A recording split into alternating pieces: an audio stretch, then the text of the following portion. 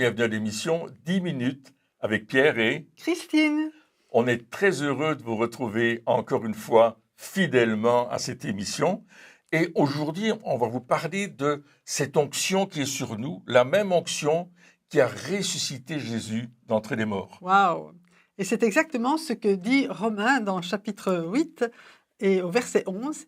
Il dit « Et si l'esprit de celui qui a ressuscité Jésus d'entre les morts habite en vous, celui qui a ressuscité Christ d'entre les morts rendra aussi la vie à vos corps mortels par son esprit qui habite en vous. » Wow, c'est merveilleux. C'est Mais extraordinaire. il y a une autre traduction, Il y a tu une veux autre la lire? traduction, mais oui, qui nous dit « Oui, Dieu a ressuscité Jésus, et puisque l'esprit de résurrection de Dieu vit en toi, il ressuscitera aussi ton corps mourant par le même esprit qui t'insuffle la vie. » L'esprit de vie, l'esprit qui a ressuscité Jésus d'entre les morts, vit en toi, vit en chacun de ceux qui Alléluia, ont reçu c'est Jésus. extraordinaire. Alléluia, gloire à Dieu. Alors, il faut vraiment qu'on assimile ça en tant qu'enfant de Dieu, que l'Esprit de Dieu Tout-Puissant, l'Esprit qui est là au début de la création, l'Esprit qui conduit Jésus dans le désert, l'Esprit qui est sur les enfants de Dieu, vit en nous. Amen. Il est en nous et il nous conduit cette onction de puissance. Oui. Parce que ressusciter Jésus d'entre les morts, c'est quand même une action de puissance. Exactement. Et c'est ça que Dieu veut que nous comprenions, que nous vivions, que cette onction est en nous. D'ailleurs, c'est l'apôtre Jean qui le dit dans une de ses épîtres. Si tu veux nous lire 1 Jean 2, 27. Oui, il nous dit « Pour vous, l'onction que vous avez reçue de lui demeure en vous, et vous n'avez pas besoin qu'on vous enseigne, mais comme son onction vous enseigne toutes choses et qu'elle est véritable et qu'elle n'est point un mensonge, demeurez en lui selon les enseignements qu'elle vous a donnés. » Voilà, et ici, l'onction dont il est question dans ce texte, c'est le Saint-Esprit répandu en nous, sur nous, nous apportant la vie, la révélation, la sagesse, Amen. Le fruit de l'Esprit, les dons du Saint-Esprit, la puissance de vie à l'intérieur de nous.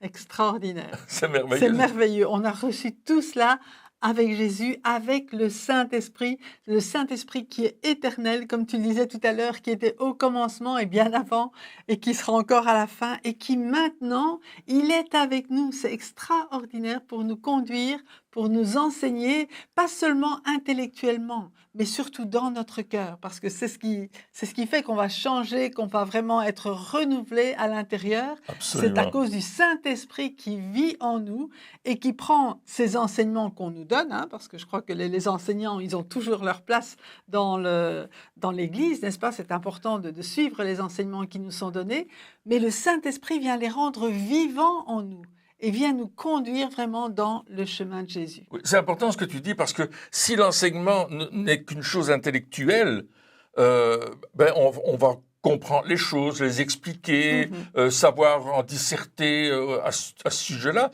Mais l'important, c'est que ça devienne quelque chose qu'on vit. Oui. Et quand l'apôtre Jean dit « vous n'avez pas besoin qu'on vous enseigne », il avertit les gens par rapport aux fausses doctrines. Tout à fait. Et qui viennent et qui disent « attention, pas ceci, pas cela », et qui sont contraires à la parole de Dieu. Donc l'onction de Dieu va nous permettre de rester dans la saine doctrine de la parole de Dieu, et il faut rétablir, il faut donner, il faut mettre un fondement, et c'est ce que 1 Pierre 2, 24 va nous dire d'ailleurs par rapport au péché et par rapport à la maladie. Oui, il nous dit ceci, « Jésus, qui a porté lui-même nos péchés en son corps sur le bois, afin que, morts au péché, nous vivions pour la justice, lui, par les meurtrissures duquel vous avez été guéris. » Et on voit que tous ces termes sont au passé. Jésus a porté nos péchés et par ses meurtrissures, nous avons été guéris.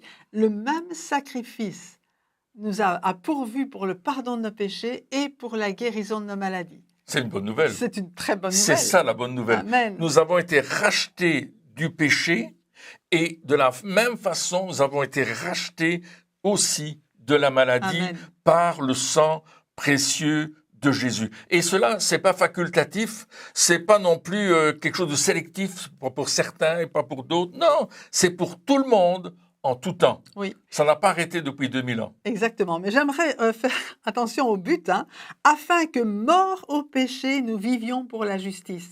À partir du fait où Jésus est mort pour nous, eh bien, nous pouvons nous considérer comme morts au péché et capables maintenant de vivre pour la justice, de vivre dans la justice même que Jésus nous a acquise. Alors, le rachat de nos péchés et le rachat de nos maladies font partie de l'expiation. Oui, C'est-à-dire que Jésus a payé le prix sur la croix. C'est pourquoi Ésaïe dira que c'est par les meurtrissures de Jésus que nous sommes guéris. amen. Et déjà, Ésaïe, au chapitre 53 et au verset 5, a vu l'œuvre de la croix. Oui.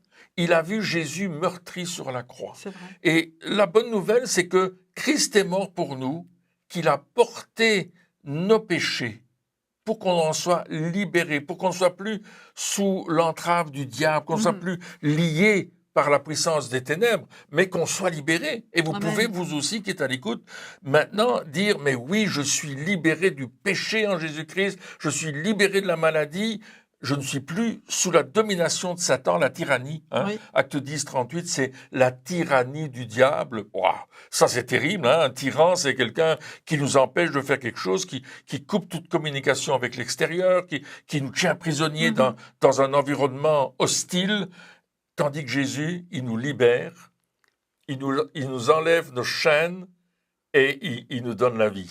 Amen. C'est ça le message de l'Évangile. C'est vrai. C'est la liberté, la Ouais. bonne nouvelle, la bonne La nouvelle. bonne nouvelle. Oh. Et alors que tu parles, je suis en train de penser à Bartimée qui a jeté son vêtement d'aveugle, mais son but, lorsqu'il a demandé la guérison à Jésus, c'est de pouvoir le suivre sur le chemin. Et Jésus fait tout ce qui est nécessaire dans notre vie pour qu'on soit rendu capable de le suivre lui et de marcher vraiment à sa suite, de suivre ses traces et de lui ressembler de plus en plus. Alors, il faut bien établir ces choses parce que, de nos jours, il y a des faux enseignements Ouais. qui courent et on essaye de trouver des excuses pour dire que Dieu ne guérit pas toujours, que Dieu ne guérit pas encore aujourd'hui, que Dieu ne fait pas le pardon de nos péchés, qu'on doit faire toutes sortes de choses pour l'obtenir.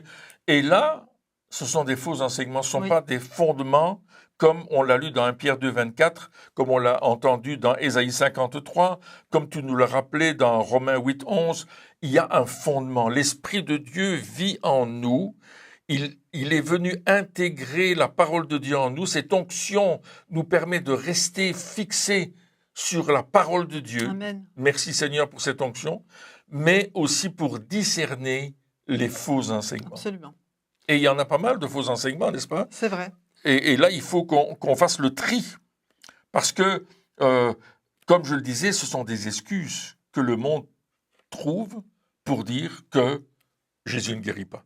Et voyez-vous, si vous êtes guéri d'une façon surnaturelle, ben, les gens vont dire, ils vont essayer de trouver une explication rationnelle. C'est vrai quand même. On est rationnel. On est Ça, c'est rationnel, on vrai. a appris, hein, c'est comme ça qu'on a appris, on est rationnel. Donc on va essayer de trouver, oui, mais tu n'étais pas vraiment malade, tu n'avais pas vraiment cette chose. Et je me souviens de cet homme, dernièrement d'ailleurs, il a été blessé lors d'un accident de travail. Et tout son côté droit a été abîmé à tel point qu'il marchait avec une canne, après avoir pris tous des médicaments, fait des examens, vécu des interventions médicales dans sa vie. Il marchait vraiment très mal.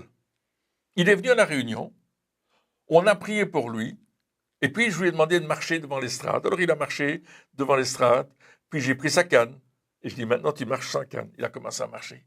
Et il marchait correctement. C'est-à-dire que merveilleux. son attitude, où avant il boitait un peu, et puis son corps allait vers la droite chaque fois, ben non, là il était droit, il marchait normalement. Je l'ai fait monter les marches de l'estrade, les descendre, tout allait bien. Le lendemain, il est revenu à la réunion. Il y avait 14 marches pour arriver là dans l'église. Et il y avait des gens qui attendaient sa venue en se disant, est-ce qu'il a vraiment été guéri? Est-ce qu'il va revenir avec sa canne? Est-ce que ça a tenu sa guérison? Ils voulaient voir si c'était vrai. Parce que c'était pas normal que surnaturellement, après 2 ans de maladie sans évolution, tout d'un coup, il est guéri d'une façon extraordinaire. C'est merveilleux. Et l'homme, il a grimpé les 14 marches, il est rentré dans la salle sans aucune canne, sans rien. Droit. Et il est droit, et il est venu témoigner, j'ai été guéri, Jésus m'a guéri. Amen. Gloire à Dieu. Amen. Et c'est ça la vérité, Dieu veut nous guérir. Amen. Et il nous aime d'un amour éternel. Alors, merci d'avoir été attentif à cette émission. Que Dieu vous bénisse là où vous êtes. Au revoir. Et à bientôt.